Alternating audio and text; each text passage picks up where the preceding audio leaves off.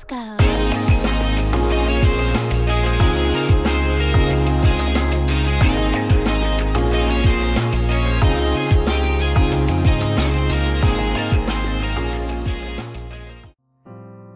오늘 우리에게 주신 하나님의 말씀은 에베소서 6장 12절에서 13절과 마가복음 14장 37절에서 38절 말씀입니다. 우리의 싸움은 혈과 육을 상대하는 것이 아니요 통치자들과 권세들과 이 어둠의 세상 주관자들과 하늘에 있는 악의 영들을 상대함이라. 그러므로 하나님의 전신갑주를 취하라. 이는 악한 날에 너희가 능히 대적하고 모든 일을 행한 후에 서기 위함이라. 돌아오사 제자들이 자는 것을 보시고 베드로에게 말씀하시되 시몬아 자느냐? 내가 1시간도 깨어 있을 수 없더냐? 시험에 들지 않게 깨어 있어 기도하라. 마음에는 원이로되 육신이 약하도다 하시고. 오늘 이 말씀에 많은 은혜 받으시기 바랍니다. 서적 중에 이런 제목이 있어요. 다시 책은 도끼다. 이게 첫 번째 책이 나온 다음에 5년 만에 나온 책입니다. 책은 도끼다라는 이야기를 들으면서 제가 머릿속에 딱 떠오른 인물은 한 사람이었는데 카프카라는 소설가입니다. 이분도 서문에 카프카의 이야기를 그대로 인용합니다. 카프카는 여러분이 잘 아시는 대로 한국의 변신이라는 소설로 잘 알려져 있는데, 그분은 그 책 서두에서 이렇게 씁니다. 우리가 읽는 책이 우리의 머리를 주먹으로 딱 한 대 때려서 우리의 잠을 깨우지 않는다면 우리가 왜 책을 읽는 걸까? 책이란 우리 안에 꽁꽁 얼어있는 얼음의 바다라는 표현을 쓰는데, 얼어붙은 바다를 완전히 깨트리는 도끼가 아니면 안 되는 것이다. 그래서 이 저자가 자기 책의 이름을 책은 도끼다 이렇게 썼어요. 우리 사회는 좀 이런 도끼와 같은 정신을 깨우는, 잠들어 있는 사람을 깨우든 게으른 사람을 깨우든 나쁜 사람을 깨우든 얼어붙은 사람을 깨우든 이런 도끼 같은 도전이 필요한 사회가 아닌가요? 에베소서 4장은 그리스도 신앙이 딱 하나라고 얘기합니다. 굳어진 마음을 깨우는 도끼와 같은 역할을 한다는 것입니다. 무지함을 깨우는 도끼와 같은 역할을 한다는 것입니다. 에베소서는 뭐라고 도전하나요? 여러분의 충명이 어두워지고 여러분 가운데 있는 무지함이 하나님의 생명에서 떠나게 합니다. 여러분의 마음이 굳어짐이 하나님의 생명에서 멀리 떠나게 합니다. 아주 분명하게 얘기하죠. 왜 굳어있는 얼음을 깨는 것과 같은 도끼가 아주 메말라진 마음을 기경하는 쟁기가 우리가 갖고 있는 굳어져 있는 마음들을 깨트리는 방망이가 필요한 거예요. 사람이 약하기 때문이라고 저희는 분명하게 정의했습니다. 사람은 약하기 때문에 잘 살려고 결심을 해도, 거룩하게 살려고 결심을 해도, 좀 선한 사람이 되려고 결심을 해도 오래가지 않는다는 거죠. 또다시 원위치로 돌아가기 때문에, 옛사람으로 자꾸 돌아가는 습성이 있기 때문에 이 습성은 바울은 죄라고 고백합니다. 이 습성을 죄라고 부르는 것입니다. 죄라는 것은 보편적으로 24시간, 10년간, 100년간 악한 상태에 있는 것을 의미하는 게 아니고, 하나님이 우리를 새롭게 만들으셔도 다시 새롭지 않은 상태로 돌아가려는 본성이 있다는 거죠. 어떤 탄력이 있다는 거죠. 힘이 있다는 거죠. 우리가 스프링처럼 하나님이 딱 우리를 당겨 놓으시면 새 사람으로 머물러 있어야 되는데 다시 끌려 들어가서 옛사람으로 돌아간다는 거죠. 이런 방향성과 복원력을 성경은 죄라고 부릅니다. 이게 죄의 습성입니다. 그렇기 때문에 그 죄의 습성을 끊어버릴 만한 도끼와 같은 충격이, 방망이와 같은 충격이, 쟁기와 같은 충격이 우리 가운데 있어야 되겠다는 거죠. 예수님은 이것을 무엇으로 우리에게 설명하셨나요? 여러분 잘 아시는 마가복음 14장에 보면 예수님의 마지막 십자가 사건이 등장합니다. 십자가를 지러 가셔야 돼요. 예수님 십자가를 지러 가시는 그 길이 편하셨을까요? 정말 기쁨으로 하나님 제가 드디어 십자가를 집니다. 할렐루야 영광을 받으소서 노래 부르면서 가셨을까요? 아니요, 성경은 그렇게 얘기하지 않습니다. 성경은 예수님이 심히 고민하여 죽게 되었다고 얘기하십니다. 마가복음 14장 33절 34절에 보면 베드로와 야고보와 요한 가장 사랑했고 예수님을 제일 충성스럽게 섬겼던 제자들을 데리고 가시면서 그렇게 얘기하시죠. 내 기도할 동안에 너희들 좀 여기 앉아 있어라. 내가 너무 마음이 답답하고 힘들어서 고민하다 죽게 생겼다.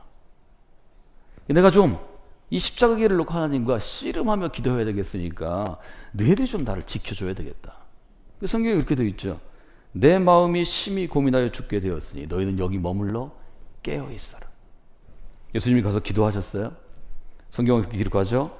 땅에 엎드려 할 수 있는 대로 이 때가 자기로부터 지나가기를 구하시고 아버지여 아버지께는 모든 것이 가능하오니 이 잔을 내게 옮겨 주시옵소서. 그러나 제 마음대로는 하지 마시고 아버지의 뜻대로 하시기를 원합니다. 기도는 그렇게 하셨지만 누가복음은 예수님의 눈물이 피가 되었다고 고백하죠. 피눈물을 뿌리면서 기도하시죠. 그 길을 가기가 어려우신 거죠. 그리고 다시 제자들에게 조금 그래도 좀 마음의 의지라도 하시려고 왔는데 제자들이 어떻게 됐죠? 37절에 보니까 제자들이 쿨쿨 자는 것을 보시고 화가 나셨을 것 같아요. 예수님은 그 와중에도 마음을 잡으시고 이렇게 얘기하셨어요. 시몬아, 너 자는구나. 한순간도 깨어 있을 수 없더냐? 굉장히 안타깝게 물어보셨겠죠. 그리고 얘기하십니다. 시험에 들지 않도록 깨어서 기도해라. 왜 깨어 있으라고 예수님이 제자들에게 그 밤에도 얘기하셨을까요? 그리스도인은 잠들면 시험에 들기 때문입니다. 여러분 깨어 있어야 시험에 들지 않습니다. 잠들면 반드시 시험에 듭니다. 누구도 피해갈 수 없습니다. 기도는 왜 하는지 아세요? 깨어 있으려고 하는 것입니다. 예수님 인정하시는 기도는 우리의 영혼이 깨어 있는 것입니다. 그래서 기도하는 것입니다. 기도는 어떤 것인가 하면 하나님 앞에서 깨어 있음을 보이는 것입니다. 하나님 이름을 부르는 것입니다. 하나님, 제가 여기 있습니다. 하나님, 저 좀 도와주세요. 이게 제일 간절한 기도이고 우리를 계속 깨어 있게 합니다. 깨어 있어야 그리스도는 살 수 있기 때문입니다. 여러분들이 제일 많이 인용하는 구절이죠. 신앙생활 하다가 좀 힘들면 제가 마음으로는 원하는데 육신이 문제가 있어. 마음으로는 원하는데 육신이 약하도다. 이건 그런 변명으로 쓰라고 기록된 성경이 아닙니다. 성경은 아주 분명하게 우리 육신이 약하기 때문에 시험에 들지 않도록 깨어 있어야 하고 기도해야 한다고 도전하는 것입니다. 여러분 그 도전을 받으시기 바랍니다. 여러분 우리가 신앙생활 하면서 왜 차이가 많이 나나요? 신앙생활 그래도 이 정도 했는데 지금 한국교회 평생을 신앙생활하는 사람들이 굉장히 많습니다. 교회 학교에 보면 부모가 그리스도인이기 때문에 대부분 교회에 옵니다. 이 짧은 시간 내에 기독교 가정들이 많아졌어요. 근데 왜 신앙생활을 오래 해도 조그만 문제 앞에서도 그토록 쉽게 신앙을 버리나요? 그렇게 쉽게 신앙이 흔들리나요? 말하자면 군사로 따지면 오랫동안 훈련했는데 왜 실제 전쟁을 해보니까 싸움은 지나요? 그 이유가 있을 거 아니에요. 그 이유를 여러분이 분명히 알지 않으면 여러분 신앙생활을 오래 하는 것이 별로 강력한 신앙에 도움이 되지 않을 때가 많습니다. 우리가 그런 그리스도인이 되지 않기 위해서는 신앙생활이 무엇인지 잘 알아야 합니다. 에베소서 17절로부터 20절의 마지막 구절은 어떻게 결론을 내나요? 너희는 그리스도를 이같이 배우지 아니하였나니. 에베소서 17절 허망한 생각으로 살아가는 것, 18절 무지와 마음에 굳어짐이 있는 것, 19절 더러운 욕심으로 노예되는 것. 이것은 그리스도의 길이 아니라는 것입니다. 너희 이런 걸로 그리스도를 배우지 않았다는 것입니다. 세가족교가 있습니다. 세가족교에서 저희가 가르치는 것은 저에게 와서 이렇게 신앙생활에서 이걸 얘기하는 게 아닙니다. 신앙의 본질을 저희가 4주간 나눕니다. 그 중에 제일 중요한 건 그리스도인의 일생입니다. 그리스도의 일생은 어떻게 할 수 있나요? 애가 태어난 육체적인 일생하고 똑같죠. 태어나고 자라고 성인 되는 것입니다. 전 세 가지로 이 교재를 쓸 때 여러분에게 말씀드렸습니다. 그리스도인도 태어남이 있습니다. First calling, 회심하는 것입니다. 거듭나는 것입니다. 그리스도인이 되는 것입니다. 바울은 이것을 새 생명이라고 표현했습니다. 태어난 생명은 반드시 자라야 합니다. 우리 육신이 자라듯 영혼, 속사람도 자라납니다. 자라는 사람은 자라는 걸로 끝나면 안 됩니다. 어떻게 되죠? 성인이 돼서 일을 해야 합니다. 일하는 것을 저는 헌신과 결단, 쓰임받는 인생이라고 정의해드렸습니다. 근데 많은 그리스도인들이 태어난 다음에 예수 이름으로 태어나면 새 생명이 되면 다 잘 될 걸로 하면 그렇지 않습니다. 태어남과 자라남 사이에 있는 것은 저희가 늘 강조하지만 어떤 것인가 하면 에베소서 2장 1절 이하에서 강조하는 것처럼 갈등이 생깁니다. 예수님 믿은 다음에 곧바로 좋은 일이 생기는 것 절대 아닙니다. 예수님 믿으면 반드시 갈등이 생기는데 이 갈등을 갈라디아서를 통해서 바울은 옛사람과 새사람의 부딪힘이라고 얘기합니다. 이 갈등이 있다는 것을 성경은 곧바로 얘기합니다. 예수 믿고 좋은 일 생기는 거 아니야? 예수 믿으면 가족과도 멀어질 수 있고 친구들과도 어떤 어려움이 있을 수 있고 몸의 문제도 생기고 마음의 문제도 생기고 삶의 문제가 생기는 거죠. 이것이 있다는 것을 인정해야 그 다음 단계가 이어집니다. 이건 갈등입니다.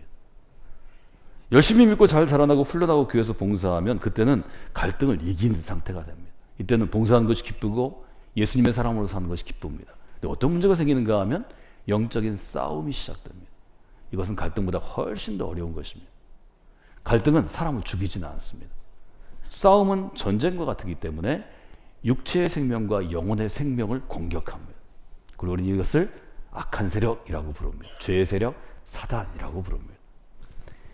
여러분이 영적인 싸움이 있다는 것도 성경은 감추지 않습니다. 오늘 우리가 함께 읽은 건 에베소 6장 12절. 우리의 씨름은 혹은 우리의 싸움은 우리의 전쟁은 혈과 육에 대한 것이 아니라 그리스도는 그냥 살아가는 것이 아니라 치열한 영적인 싸움 가운데 하루하루를 보낸다는 것입니다.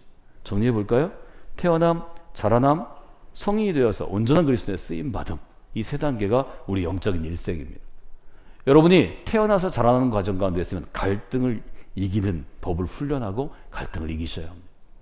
자라나면서 쓰임받은 관계에 있으면 갈등이 아니라 영적 싸움이 늘 우리 앞에 있다는 것을 인정하셔야 합니다. 여러분 영적인 싸움 가운데 있으면서도 그걸 잘 모르고 넘어지는 사람이 많습니다. 그런 분들은 목사님을 찾아와서 그렇게 얘기하죠. 아, 목사님 예수 믿는데 문제가 많아요. 이게 뭐가 문제예요? 영적인 싸움을 모르기 때문에 문제가 아니라 지금 싸움 중인 것입니다. 예수 믿는데 제가 왜 계속 일어나요? 우리 아이들은 왜 일어나요? 영적인 싸움에서 여러분이 싸움을 잘 못하는 것입니다. 혹은 싸움을 피하고 있는 것입니다. 그리스도인이 되면 이 영적인 싸움은 피할 수 없는 것입니다. 본질적인 것입니다. 우리가 가는 곳에 영적인 씨름이 있고 영적인 전투가 있고 영적인 싸움이 있는 것입니다. 영적인 싸움을 잘 알으라고 그리스도에 대해서 잘 배우라고 성경은 도전하죠. 두 가지를 여러분이 일단 질문에 대답할 수 있어야 합니다. 우리는 누구랑 싸우는가? 여러분이 만약에 이 질문에 지금 대답을 잘 못하신다면 여러분 영적인 싸움을 피하고 있는 겁니다. 그렇게 해서는 성숙한 그리스도인이 되지 못합니다. 쓰임받는 그리스도인의 삶을 성공적으로 살아갈 수 없습니다. 싸움의 대상을 잘 아셔야 돼. 싸움의 대상에 대해서 에베소는 지금 뭐라고 얘기하나요? 네 가지 얘기하죠. 정사, 권세, 세상 주관자들, 악한 영들. 이 네 가지가 에베소 6장 12절에 실제로 쓰여 있어요. 실제로 신앙생활하면서 많은 분들이 사람 때문에 어렵다고 그러시는데 그것은 영적 싸움의 대상을 잘 몰라서 그런 것입니다. 에베소 6장 12절은 분명히 얘기하죠. 우리 영적 싸움은, 영적 씨름은 혈과 육에 대한 것이 아니라 사람이 아니라는 것입니다. 여기 혈과 육은 영어로 얘기하면 flesh and blood입니다. 사람이 아니라는 것입니다. 사람이 아니면 어떤 것이냐면 어떤 힘이에요. 정사와 권세, 파워라는 거죠. 어두움의 세상 주관자들과 하늘에 있는 악한 영, 악한 어떤 영적인 세력이라는 거죠. 영적인 싸움은 사람과 하는 것이 아니고 영적인 세력과 하는 것이라는 것입니다. 또 하나 알아야 될 게 있죠. 왜 싸워야 하는가?